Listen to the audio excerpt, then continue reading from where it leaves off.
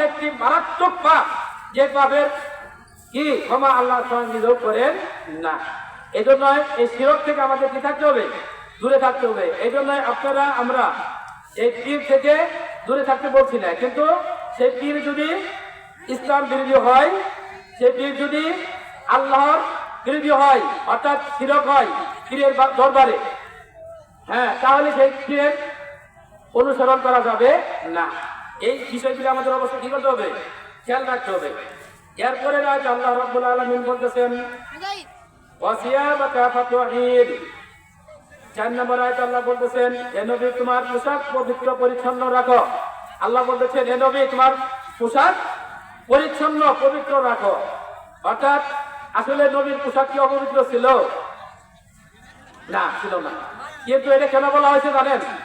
আসলে নবীর মাধ্যমে আমাদেরকে শিক্ষা দেওয়ার জন্য বলা হয়েছে। এটা কেন বলা হয়েছে? নবীর মাধ্যমে আমাদেরকে শিক্ষা দেওয়ার কথা বলা হয়েছে। এই জন্যই আরব সমাজে তখনকার হজ প্রথা ছিল। আরব সমাজে কি তখনও হজ ছিল। হজ প্রথাটা কেমন ছিল জানেন? আপনারা কি কেউ জানেন? হজটা এমন ছিল যে কাফেররা বা মুসলিম যারা আল্লাহর সাথে যারা শরীক করত, তাহারা হজ প্রথাটাকে এমন অবস্থায় নিয়েছিল যে তাহারা এই হজকে কাবা ঘরের চারদিকে তাওয়াফ করতেন। কাবা ঘরে কি চারদিকে তাওয়াফ করতেন। এই তাওয়াফের সময় তারা কিভাবে করতে জানেন? উলঙ্গ হয়ে তাওয়াফ করতেন।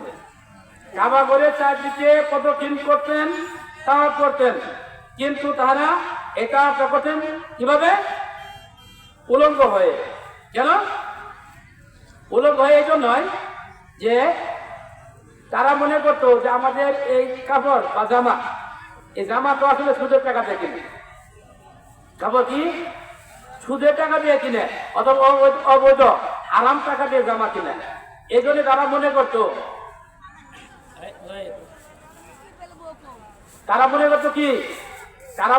কি আরাম টাকা দিয়ে এই জামা বা পোশাক ক্রয় করা হয়েছে।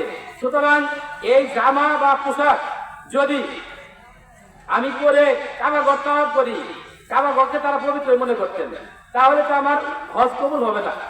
এই জন্য তারা কি করতেন?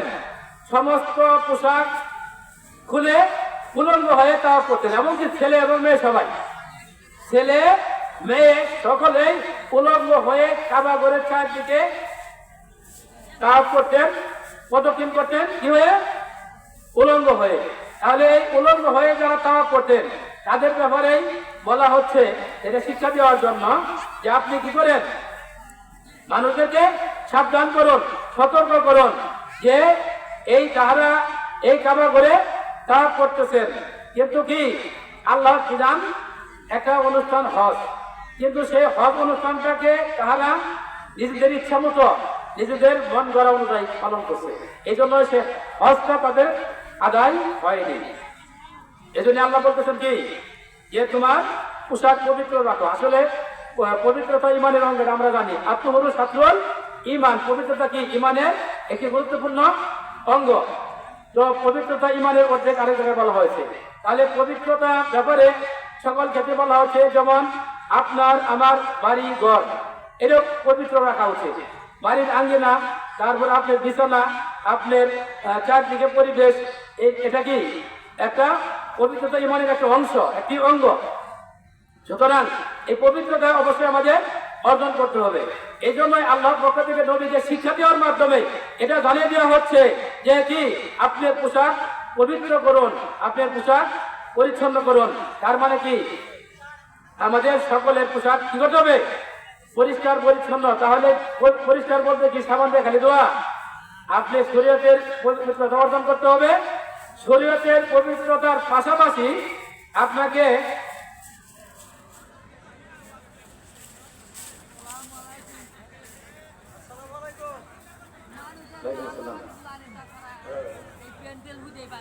তো শরীয়তের বিধান অনুযায়ী আমাদেরকে কি করতে হবে?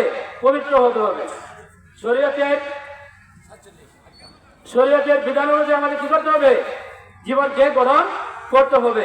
এই জন্যই আপনি আমি এই শরীয়তের বিধান অনুযায়ী পবিত্রতা অর্জন করতে হবে। তাহলে এই পবিত্রতা একটি গুরুত্বপূর্ণ বিষয়, কারণ যদি অপবিত্র হয়ে আপনি নামাজ পড়েন তাহলে কি নামাজ হবে? যদি কেউ কোনো ব্যক্তির উপরে গোসল ফরজ হয়ে থাকে, তাহলে সে যদি গোসল আদায় না করে নামাজ আদায় করে তাহলে কি তার নামাজ হবে? হবে না। সুতরাং ওযু যদি কেউ না করে নামাজ আদায় করে তারপরে কি হবে না? নামাজ হবে না। এই জন্যই আমাদের ওযু, গোসল, যে সমস্ত ফরজ বিধানগুলি রয়েছে এগুলি আদায় করতে হবে। গোসলের ফরজ 3টি। অনেকে আমরা গোসল ফরজ সঠিকভাবে আদায় করি না। 3টে ফরজ গোসলের, জানেন তো অনেকেই। 1 নম্বর কি? গড় করার সাথে কুলি করা। 2 নম্বর নাকে পানি দেওয়া। 3 নম্বর সমস্ত শরীর একবার ধৌত করা। একবার ধৌত করা কি ফরজ? তাহলে এই 3টি ফরজের মধ্যে ওরে দিয়ে আসি যে মহিলারা যে চুলের খোপা থাকে, চুলের গোড়ায় যদি পানি না তাহলে চলবে, কিন্তু চুলের গোড়ায় যদি পানি পৌঁছে না পৌঁছে তাহলে গোসল হবে না। আবার অনেকেরই আংটি থাকে, আংটি থাকে না, এই আংটির ভিতরে যদি পানি প্রবেশ না করে তাহলে গোসল হবে না, ওযু হবে না। সুতরাং এই বিষয়গুলি আমাদের খেয়াল করতে হবে। এই জন্যই আল্লাহর পক্ষ থেকে আমাদের জানিয়ে দেওয়া হচ্ছে আমাদের নবীর মাধ্যমে। এরপরে 5 নম্বর আয়াতে আল্লাহ জানিয়ে দিচ্ছেন ওয়ারুজ্জা ফাহজুর। আল্লাহ বলছেন কি? ওয়ারুজ্জা ফাহজুর। তার মানে কি? আল্লাহ বলতেছেন যাবতীয় মলিনতা থেকে দূরে থাকো। তার মানে কি? মূর্তি পূজা। মহিলা প্যান্ডেল থেকে আওয়াজ আসতেছে, আপনারা একটু নীরবতা অবলম্বন করেন সবাই। তো আমরা এখানে যে 5 নম্বর আয়াত আমরা জানলাম যে যাবতীয় মলিনতা থেকে দূরে থাকুন। তার মানে কি? মলিনতা বলতে মূর্তি পূজা। মূর্তি পূজা এবং মূর্তিদেরকে সাহায্য করা, সহযোগিতা করা কোনো কাজ করা যাবে না। আমাদের দেশে অনেক মুসলমান আছে যারা মূর্তি পূজায় টাকা দেন। মূর্তি পূজায় কি দেন? টাকা দেন। এটাও কিন্তু হারাম। মূর্তি পূজা অনুষ্ঠানে কি টাকা দেওয়া না যায়। এবং সেখানে কি হিন্দুদেরকে আপনি দান করতে পারবেন খাদ্য হিসেবে। হিন্দুদেরকে আপনি কি করতে পারবেন? খাদ্য না থাকলে, অভাবী হলে তাকে আপনি খাদ্যের জন্য, পোশাকের জন্য দান করতে পারবেন, কিন্তু মূর্তি পূজার জন্য দান করতে পারবেন না। আমাদের দেশে দেখেন অনেক বিশ্ববিদ্যালয়, আমি রাজশাহী বিশ্ববিদ্যালয়ে গিয়েছিলাম, সেখানেও দেখছি মূর্তি বানায় রেখে দিছে। এমনকি ময়মনসিংহ আনন্দমোহন বিশ্ববিদ্যালয় কলেজে গেছি, আমি টিটি কলেজে গেছি ময়মনসিংহ ট্রেনিং হিসেবে। সেখানে গিয়ে একটা মূর্তি উলঙ্গ অবস্থায়, অর্থাৎ পুরা লিঙ্গ সামনে দেখা যাচ্ছে, পুরুষদেরকে উলঙ্গ অবস্থায় মূর্তি স্থাপন করে রেখে দিয়েছে। আর আমাদের দেশে এরকম দেখেন অনেক রাস্তাঘাটের মুড়ে মুড়ে কি করা হয়েছে? স্থাপত্য তৈরি করা হয়েছে। ভাস্কর্য কি করা হয়েছে? ভাস্কর্য। এটা আগে ছিল, কিন্তু এখন মনে হয় না। এই যে জামালপুর যাইতেও কিন্তু কি মাদারগঞ্জ করে কিন্তু কি ছিল? ভাস্কর্য ছিল না? এই ভাস্কর্যটা কি? এটা মূর্তির একটা আধুনিক রূপ, হচ্ছে ভাস্কর্য। এই ভাস্কর্য কি? মূর্তিরই আধুনিক রূপ।